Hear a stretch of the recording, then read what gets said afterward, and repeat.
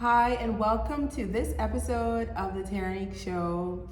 This is episode 21, guys, and I'm so happy that you guys decided to join us for yet another episode of the Terrinique Show. Thank you for tuning in. Please like, subscribe, follow us. We are the Terrinique Show on YouTube, Instagram, TikTok, Facebook, everywhere, the Terrinique Show.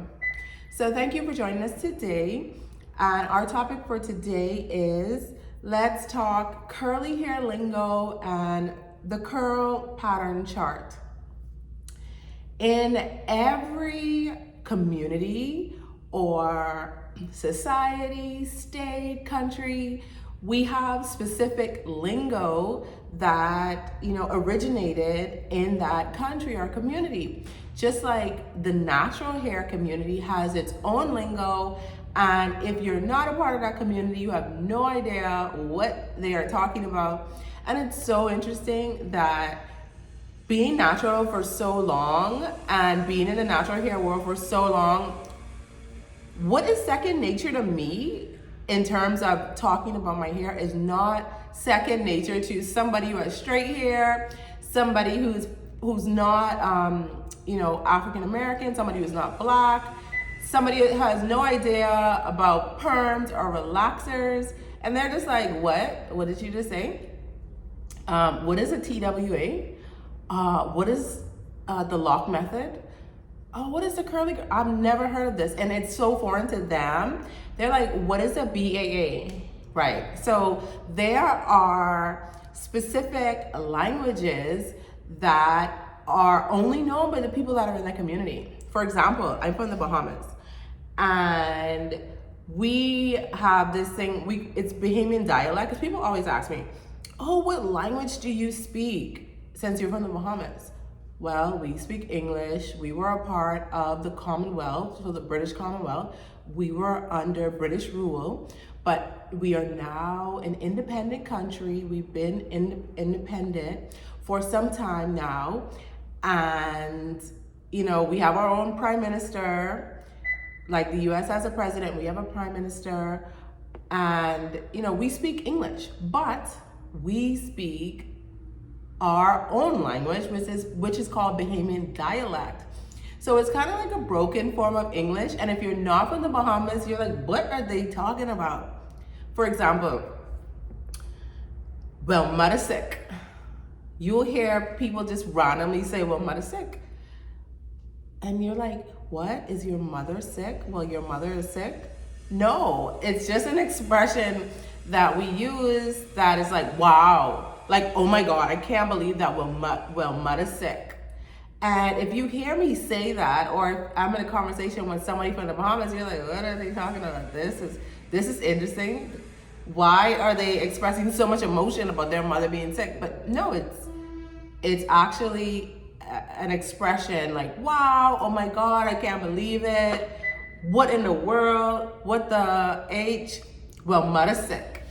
Or we'll say boy. We say boy for everything. Boy, something wrong. Is something wrong with you, boy? Boy, what's happening? You okay, boy? Yeah, boy, I see you, boy. Boy is a term that we use just to describe a person or dread. Like, mother sick dread. Like, I can't believe that dread. And these things, they make no sense to people outside of the Bahamas. Another good one is tingum. So tingum is used where you don't really remember the name of the person, the place, the thing. It is tingum. Pass me that tingum of the fridge. You remember tingum them? This is if you don't remember somebody's name or a group of people. Tingum them. Yeah, mother. Yeah. But with that tingum, yeah, go get the tingum for me. And it's so interesting because you'll be talking to somebody and you'll say that and they'll be like, okay, tingum them. Oh yeah, I know you. Yeah, tingum them for true.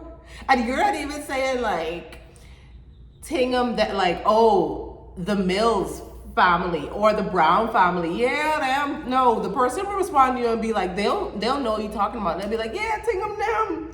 Yeah, man, I saw Tingham them the other day. And like, this is a completely insane conversation that you're having with a person from your community who understands your dialect, who understands, you know, these words, who understands you.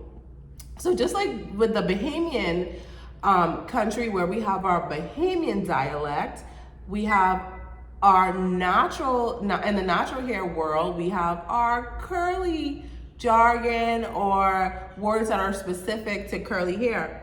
Last one, and this is relevant to the natural hair community. Peasy head. Your peasy. So we use the word peasy head as like an insult, right? So peasy head would mean somebody who has tightly coiled hair. So if you're talking about the curl pattern chart, it will be somebody with the type 4 hair, which we're going to discuss that in a minute. Your peasy head is a derogatory term to tell somebody, yeah, your hair peasy, or come here with your peasy head. Moms would usually say this to kids, like, because you know, it's not, your hair is not curly, it's not that type 2 or type 3 or whatever, it's a type 4, and we would say peasy head. And I'm just like, who comes up with this stuff? I guess they came up with, because like, okay, if your hair is shorter and then, you know, you get the curls in the back and it looks like little peas. So I guess that's where it came from. Yeah, your peasy head, your nappy head. We say that too. I know that it's not acceptable. It's not acceptable to go around calling people this, right? So y'all give me a break for this episode. But I'm just talking about not stuff that I made up. Right? This is stuff that I have been introduced to and I'm sharing with you. Another thing that we said, oh yeah, roach on your bread. Roach is on, so what does that mean? A roach is on your bread. So what are you trying to say? Like there's a roach on my bread that I'm about to eat? What does that mean? This stuff is just hilarious. In the Bahamas, roach on your bread means that if you are in a relationship, in a marriage, or you know, your boyfriend and girlfriend, that means that your significant other is cheating on you. So if you're a woman, roach on your bread really applies to a man, but you could use it as a woman. So if you're a man and you have a girlfriend and then she's cheating on you, the guy that she's cheating on you with is roach and she's the bread. So yeah. Anyway, guys, that's enough Bahamian dialect history. But yeah, it's interesting. So in the natural hair, curly hair community, we have some terms that is specific to the natural hair community and we use them, and people outside of the community have no idea what we're talking about. Number one, TWA. TWA, so what that means is a teeny weeny afro. So a teeny weeny afro would be when you did like the big chop. Number two, the big chop. So teeny weeny afro is when you see women who wear like a low cut. So if you're not in the natural hair community, think about like Halle Berry. Halle Berry would always wear like a really low cut, but she has more like straighter curly hair. Anyway, so if you have a tighter curl pattern and you have wearing a low cut, that's called a TWA, which is a teeny weeny afro. Big chop. So big chop is when you decided to go natural and you're gonna cut off all of your straight or relaxed ends, and it's gonna turn into a TWA, which is a teeny weeny afro. Yeah, okay, you see how that goes together? But if you're not in the community, you have no idea what we're talking about, what these terms are. Thirdly, after you have grown out your big chop, your TWA, after you've done the big chop and you've grown out your TWA, then your hair becomes bigger. So you have a big afro, and we call that BAA. So that's your big A blank afro, BAA. I'm not gonna say the word on, you know, YouTube or Spotify, because this is a clean podcast, okay? So BAA means Big Blank Afro. Transitioning is another term that we use. So instead of doing the big chop where you cut off all of your relaxed ends and you're left with a TWA, transitioning is when you just clip off the ends as your hair grows out and you just keep trimming. This can take months, this can take up to a year. You just keep trimming until all of your relaxed straight ends are gone and you have officially transitioned from relaxed to natural. So if you hear the word transitioning, that's what it means. The lock method. So the lock method is a method that curly girls use when they are conditioning their hair to seal in the moisture. So lock stands for leave-in. So a leave-in conditioner, O stands for oil, and C stands for cream. So that's how you would layer your products when you are doing your hair. So first you use your leave-in, then you use your oil, then you use your cream. Okay, I don't do that method, but it's a method that has been coined and it's been around for some time, the lock method. The curly girl method. I'm not a fan of this method either, but hey, the curly girl method, there are many different schools of thought in the natural hair community when it comes to hair care. The curly bell method calls for no shampoo, and you all know I'm against no shampoo. So it calls for no shampoo, no silicones, and no combs. Yeah, okay. While it may seem extreme, the curly girl method is highly recommended by those who follow it. No. I need to have a comb. I like my silicones. I do like silicones. Nothing wrong with silicones. That's another myth in the natural hair community. And definitely, I need my shampoo. So I'm not one to do the curly girl method. If you swear by the curly girl method, then hey, different strokes for different folks. Co-washing. Co-washing is when you shampoo your hair with conditioner. Not a fan of co-washing.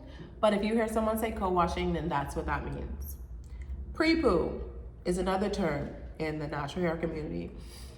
Is when an oil or conditioning treatment that's applied to the hair before you shampoo. I love to pre-poo. Pre-poos are very good because what pre-poos do is it softens the hair, makes it more manageable, and prepares it for shampooing. So before you wash your hair, this is what you do. You take an oil blend. We have a nice oil blend. It's called Curly Tropical Oils Blend. You would take that and you put that on your dry hair before you wash it, massage it into the scalp, get the blood flowing, like evenly distributed down the strands, and you leave it on for about 20 minutes. And this softens the hair, it adds shine, it seals in the moisture, and then you rinse all that out with shampoo. So pre-poo, I'm a pre-poo girl. That's what I am, a pre-poo girl. So if you hear pre-poo, now you know what it means. ACV rinse. So you've heard this probably before, ACV. So what ACV stands for is apple cider vinegar. And we put a little rinse on the end of that because what apple cider vinegar does to the hair is it strips it of, bacteria, product buildup, debris. It is also great for the scalp in removing dandruff and bacteria as well. So if you're having issues with buildup, dandruff, dryness, do an ACV rinse every now and then. And that's just using the raw apple cider vinegar and applying it to the scalp. It will burn. It will burn. So maybe you want to dilute it a bit before you put it on the scalp, but it will burn. It's a great way to detox the scalp and the hair. Dusting. So dusting, I always thought dusting was like, when you get like the Swiffer thing and you just like get all the dust out of your house. Well, in the natural hair community, dusting is basically a trimming technique used to help grow out your hair by getting rid of the damaged tips of the hair, regardless of length. So it's not like a full trim. where you're getting like a straight trim, but it's like, okay, I see the section on my hair and the ends look bad, let me just trim that off. So your hair can be like all jagged and all weird, but the purpose of dusting is just to get rid of the damaged ends of the hair. So there you have it. I know that I've not covered all of the natural hair community lingo, but those are the basics of, you know, the natural hair community. So if you hear those words, they are specific to our community. We use them interchangeably. They transition into one another, from the TWA to the big chop, to the BAA, to, you know, the lock method. We have our own language, guys. Now, secondly, on to the curl pattern chart. So if you've seen this chart, it was created by Oprah's hairstylist, Andre Walker. And the chart it gives like a numbering and a lettering system to hair. One of the reasons why I'm not a fan of the chart, and I haven't been a fan of the chart, is because of the numbering system. So when you think about like one, so in sports and any competition, first place is what we want to be. Like, we want to be number one. In our field, we want to be number one. Whatever we're doing, like, you want to be in business, you want to be the number one hair care brand, right? So I want to be the number one. I want to have the number one hair care brand. I want to, if I'm playing a sport, I want to win. So you're very competitive and you want to be number one. When it comes to the curl pattern chart, and it's numbered, so it's numbered, number one is straight, and number four, it goes from 1 to 4. Number 4 is kinky, coily, zigzag, you know, texture, or as we would say in the Bahamas, peasy head, right? When I think about that, and I fall in the type 4 category, I don't want to be number 4. I want to be number 1. So don't be telling me that I have, you know, a type 4 hair because I want to be number 1. In my mind, it goes back to like evolution. Okay, they said we, you know, evolved from apes, and this skin color, this race is better than that race. So if having natural hair is about self-love and self-acceptance, if I am gonna box myself into a chart that numbers me from number 1 to 4, where I'm at the end of the numbering system, it doesn't really feel a lot like self-love to me. It doesn't really feel a lot like self-acceptance. I don't want to be categorized. And, you know, this is my opinion. Maybe people think that it's, you know, a bit extreme, an extreme opinion to have, but I just do not subscribe to the numbering system. Personally, I think that we call it like it is. You have straight hair, you have curly hair, you have kinky coily hair, you have coily hair. Just give it a name. We don't have to do the number. Like, what is it about? Numbers in our world, in anything, really mean the first, last. And then you're gonna add the alphabet to it. The first letter of the alphabet is A. So is 1A better than 4C? It's just the psychology behind it. And I mean, whether we want to stop and think about it or not, it does have some kind of effect on us mentally, you know. And then to add insult to injury, the natural hair community is a recent movement, you know, within the past 10 plus years or so. It's a recent movement where women were moving from a Eurocentric look, looks better than an Afrocentric look, right? But on this scale, we have the Eurocentric being number 1, and then Afrocentric being number 4. So it's just food for thought. You know, it isn't about being controversial. It's about thinking. right? And challenging what we have been given in terms of putting a label on us, or even putting a label on our hair. So we don't want to put a label on something that, you know, grows directly out of our scalp to say, well, this may be better. Now, it doesn't explicitly say that this may be better, but if you think about it, if we are, you know, living in a capitalist society and, you know, competition is real and everyone wants to get that number one spot, wouldn't that apply to a chart? Where to see where you fall on that chart. Are you number one in your class, or are you number 4? So it's just something to think about. Do I want to be comparing myself to all these different hair types? No, not really. I want to fall in the I'm coily. My hair is kinky coily. My hair is kinky curly. My hair is curly. My hair is straight. I don't want to be a number 1. I don't want to be a number 2. I don't want to be a number 3 or number 4. I want to be a kinky coily girl.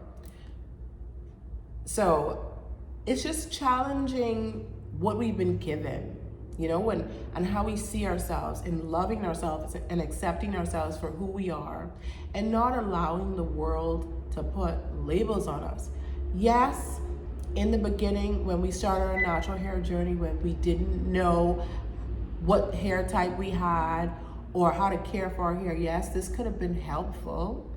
But at this point, I think we have enough education, we have enough people in this space to say, well, your hair looks kinky coily to me. And then some people even have different textures in their hair. So who are you? You a 2A, 2-4 CB?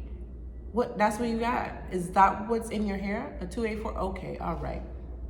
No, my hair is highly textured. In the back is this, in the front is this, in the middle is another thing.